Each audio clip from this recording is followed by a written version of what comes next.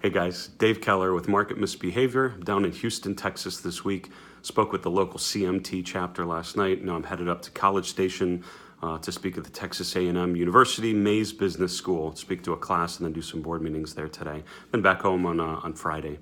Wanted to share with you a story about performing with the Cleveland Orchestra. So I sing with the Cleveland Orchestra Chorus, and I have for the last 2 seasons, which has been fantastic. As a musician who has a day job, it's fantastic to be able to perform with musicians of that caliber. It's been awesome.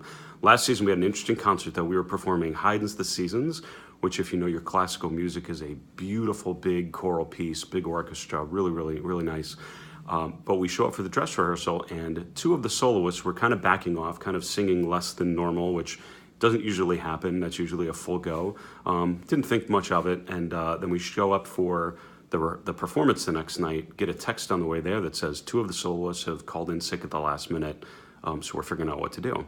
And this never has happened before or since that I know of. So we show up, and the conductor had taken control of the situation, basically said, here's the new game plan. We're going to perform these movements. We're going to scrap these other movements.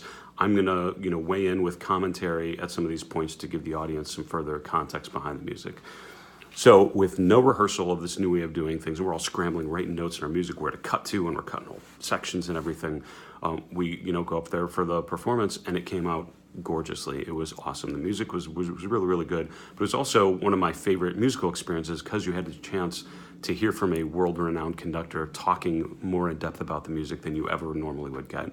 So in the end, it came together beautifully, but it was amazing how experts, if you think of the instrumentalists of the orchestra as top experts in their field, the way that they were able to adapt to an uncertain condition with no problem, no emotional issue, no baggage, they just did it, and it came out beautifully.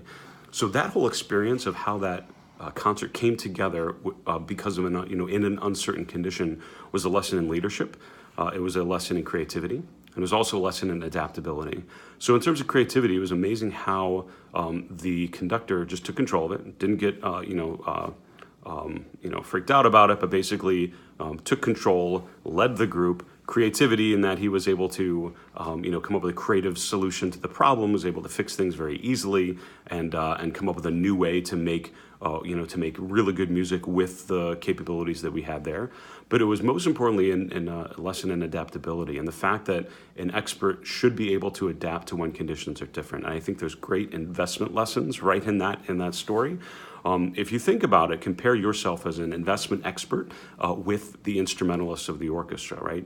Their instrument is like your investment process. It's something you've used for years, you're familiar with it, you're very good with it. If everything is sort of going normal, it's fine, and it sort of does what it needs because you're able to manipulate it in the way that you need to. But the unexpected soloists are sick, we have to completely change things. That's like the market conditions completely changing underneath your process. So even though you have a great process, the conditions all of a sudden have changed to the point that you need to adapt and do so. So an expert investor doesn't just have a great investment process.